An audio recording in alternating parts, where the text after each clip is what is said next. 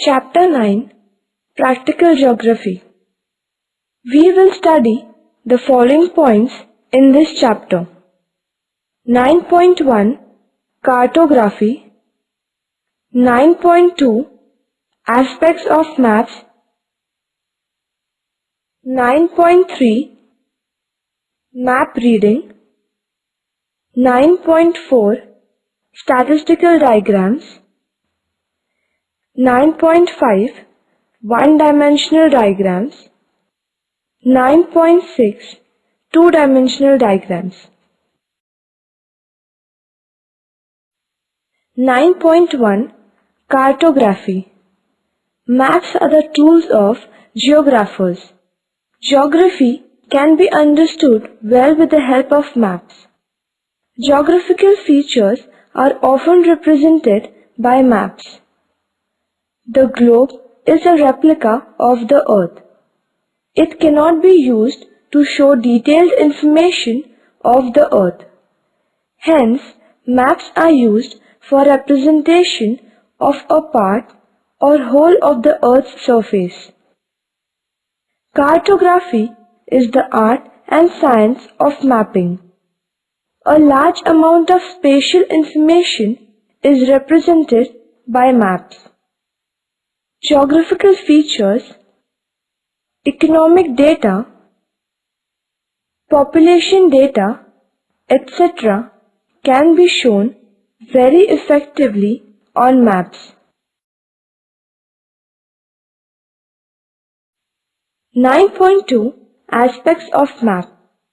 1. Title. Map in Figure 9.1. A has the title India Physical and B has India Sex Ratio. 2. Extent. Map B's mainland extends roughly from 8 degrees north to 37 degree latitude and 68 degrees east to 97 degree east longitude. Map A has the same extent. However, latitudes and longitudes are not shown. 3. Scale. Map B is drawn to the scale. Linear scale is shown. 4. Direction. Both the maps have north direction. 5. Legend. Map A has a legend where different shades of colors represent height and depth in meters. Map B has different shades indicating different ranges of sex ratio in 2011 in different states. 6. Theme. Map A is a physical map of India where physical features such as mountains, plateaus, plains, rivers, lakes, etc. are shown with different colors. Map B is a thematic map mainly indicating the sex ratio in different states in India.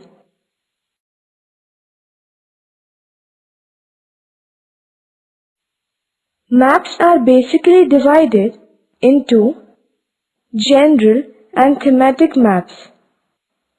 One needs to develop the skill to read maps and to understand them. Let us take information of physical and thematic maps of India and read them. In the previous class, you have learned the types of maps. This year, let us learn to read, understand, and explain them. Maps can be explained according to their title, scale, size, theme, color combinations, descriptions, and many more aspects. Let us read Figure 9.1a, Physical Map of India, and Figure 9.2b, sex ratio of India. Both the maps are different. So let us try to read them separately. For this, we have to take different aspects of maps as given below. Map in figure 9.2b. It is a map of India that has a very specific theme, that is, sex ratio of each state of India in the year 2011. Different shades are used for different ranges of ratio of females per 1,000 males. Besides shades of color, actual sex ratio of each state is also given. According to this map, Kerala has the highest sex ratio of 1084, whereas Haryana state has the lowest sex ratio of 877. Union territories like Chandigarh, Delhi, Dadra, Nagar Haveli, Daman and Diu, etc. have a very low sex ratio except Puducherry, which has 1038 sex ratio. Overall, Chhattisgarh, Odisha, Andhra Pradesh, Karnataka, Goa and Tamil Nadu have higher sex ratios as compared to the northern states of Jammu and Kashmir, Punjab and Haryana, whereas the sex ratio is between 801 to 900. Uttar Pradesh, Arunachal Pradesh, Nagaland, Rajasthan, Gujarat, Madhya Pradesh and Maharashtra have a sex ratio ranging from 901 to 950. 9.3 Map. Let us explain each map separately. A. Physical map of India. To the north of India, the Himalayas with a height of more than 6,000 meters above mean sea level can be seen. There are some hill ranges to the northeast of India. The Aravalli range lies in the west of India in Rajasthan.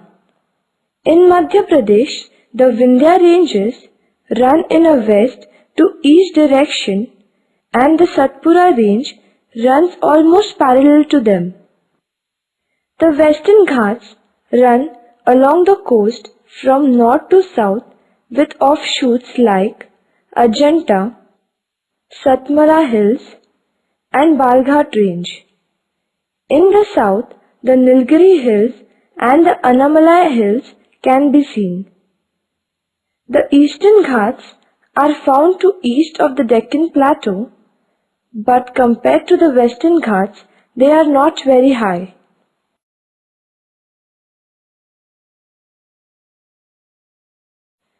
The Satluj and Ganga plains are found in North India. To the northeast, the Brahmaputra makes a flat plain. To the west, the Rajasthan desert is found. The Rann of Kutch is a marshy area situated on the west. To the east, from West Bengal to Kanyakumari lies a plain area.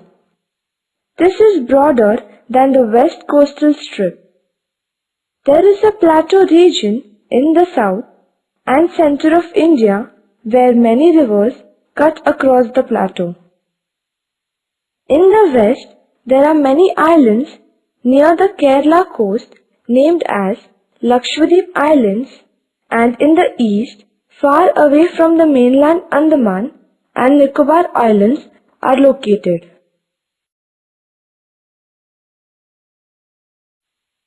There are many river systems in India.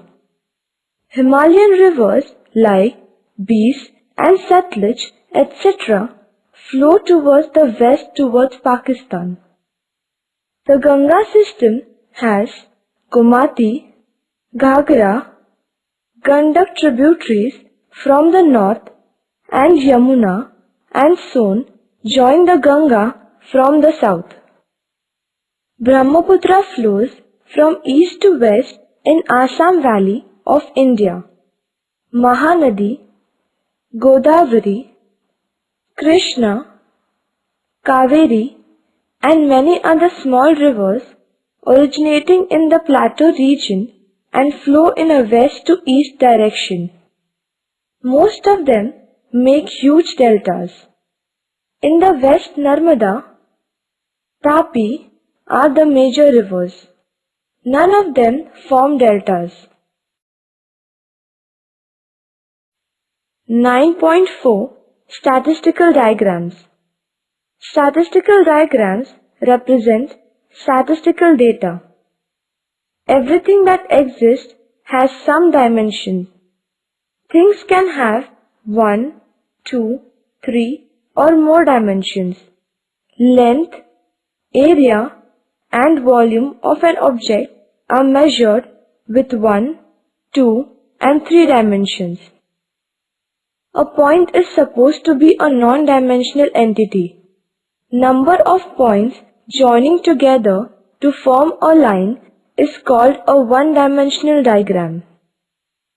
A number of lines put together close to each other will form an area which is called a two-dimensional diagram.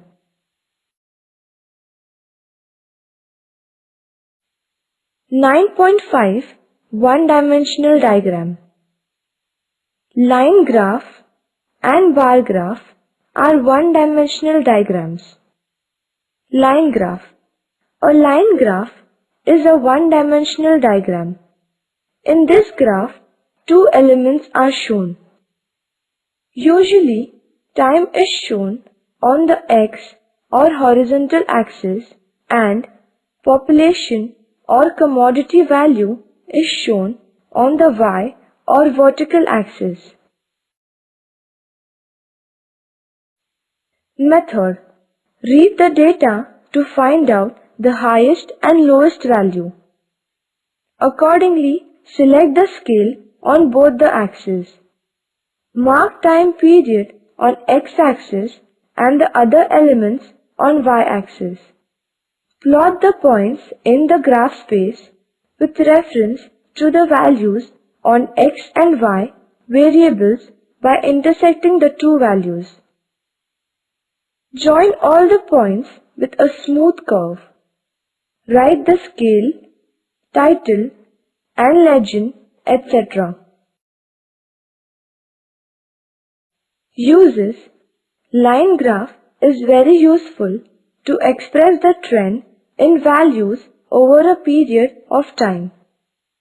Population growth, industrial growth, profit, prices, etc. can be visualized very easily. It is a very simple method which gives an immediate visual impact. Exercise 1. Draw a simple line graph representing population of India 1901 to 2011. Year, population in millions. Year 1901, 238, 1911, 252, 1921, 251, 1931, 278, 1941, 318, 1951, 361, 1961, 439, 1971, 548, 1981, 683, 1991, 846, 2001, 1028, 2011, 1210, provisional.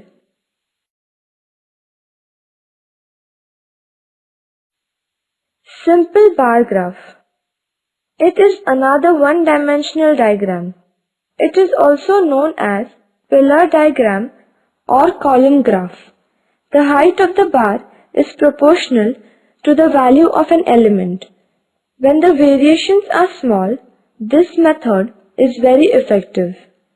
The vertical axis indicates the production of commodity, while the horizontal axis shows various regions or time period. Exercise 2. Draw a simple bar graph to represent the following data. Year, per capita income in rupees. 2000 to 2001, 17,782. 2001 to 2002, 18,885. 2002 to 2003, 20,871. 2003 to 2004, 24,095. 2004 to 2005, 27,183. 2005 to 2006, 31,080. 2006 to 2007, 35,430. 2007 to 2008, 40,141. 2008 to 2009, 44,345. Source: Key Statistics of the Indian Economy. Method: find out the highest and lowest values of data. Accordingly, select a scale, plot the points that will determine the height of bars. Draw pillars or bars up to the plotted heights. Shade these bars for better visual impact. Write title, scale, legend, etc. Uses: bar graph is very useful for comparative study of elements of various regions. Agricultural production, industrial productions, population of various regions, etc. can be shown with the help of a simple bar graph.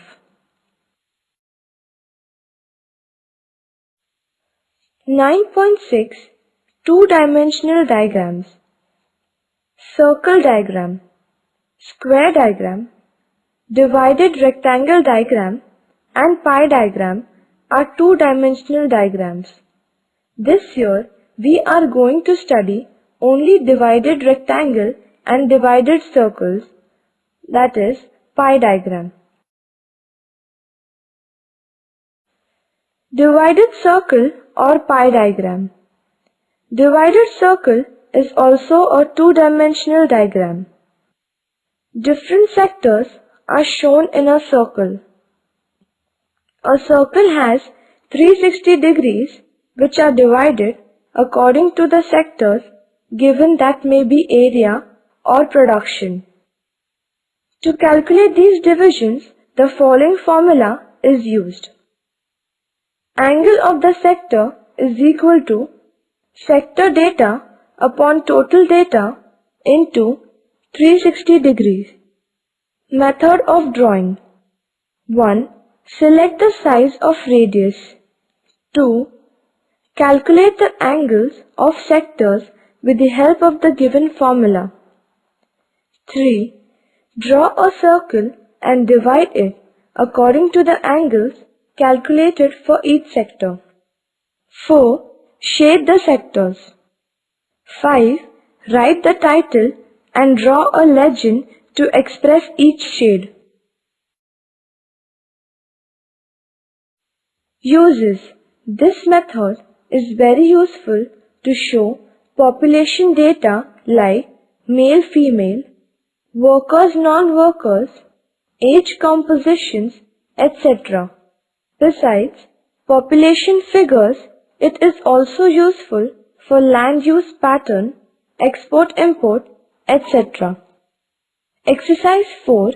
Vehicle sale in India 2009 to 2010. Types of vehicles, number of vehicles, degree. Passenger vehicles 1 crore 94 lakh 9,776, degree 57 degrees. Commercial vehicles 53 lakh 1,395, 16 degree. 3 vehicles 44 lakh 368, 13 degrees. 2 vehicles 9 crore 37 lakh 1,231, 274 degrees. Total 12 crore 29 lakh 2,770, 360 degrees. Advantage: this method is very useful to compare data and understand the proportion of each sector as a part of the whole. It gives a very good visual impact. Limitation: it gives only one comparative picture looking at the diagram. It is difficult to calculate exact value. Divided rectangle. A rectangle is proportionately divided to represent different subfactors of any data. It is drawn on the basis of given statistical values. Generally, data is in the form of percentage. If they are not in percentage form, they should be converted into percentage. The total area of the rectangle is considered as 100% and it is divided according to the percentage of each subfactor. Since each subunit which is shown in the rectangle has a separate identity, each one can be shaded differently and a legend can be given to understand it easily. It is used for providing information about population, land use pattern, crops, industrial output, etc. Exercise 3. Agricultural production. Kharif in million tons, 2010 to 2011. Crops, 2010 to 2011 in percentage. Rice, 95.98, 43%. Coarse cereals, 43.68, 20%. Pulses, 18.24, 0.8%. Soil seeds, 32.48, 14%. Cotton, 33, 15%. Total, 223.38, that is 100%. Method: convert the given data into percentage. Decide the scale and the length of rectangle as per the size of the page. Mark the different units as per the scale. Shade the different units.